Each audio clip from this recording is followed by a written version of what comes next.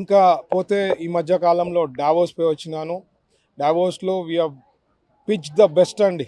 ఇండియాలో మనం ప్రమోట్ చేసినట్లు ఏ స్టేట్ కూడా, ఏ రాష్ట్రం కూడా మన దగ్గరలో లేదు ప్రమోషన్. ఎందుకంటే వరల్డ్ ఎకనామిక్ ఫోరం అనేది ఇట్ ఈస్ నాట్ అబౌట్ ఎన్ని ఇన్వెస్ట్మెంట్స్ వస్తాయి ఆ రోజుకి, ఎన్ని ఎంఓయూస్ చేస్తారనేది కాదు సబ్జెక్ట్.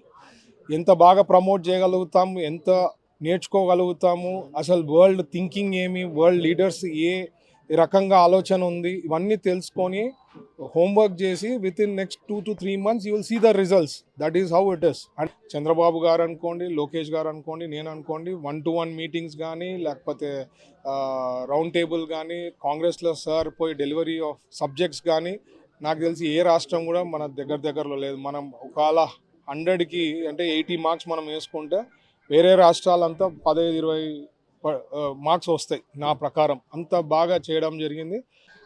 తిరుమలకు కూడా పోయి రావడం జరిగింది. నేను చెప్పా, మన గవర్నమెంట్ వచ్చిన తర్వాతే శుద్ధి చేయడం జరిగింది. ఆ పవిత్రాన్ని కాపాడడంలో కానీ, అక్కడ ఇష్యూస్ని కానీ ప్రతిదీ డీటెయిల్గా చెక్ చేసి సార్ట్అవుట్ చేసింది ఏదన్నా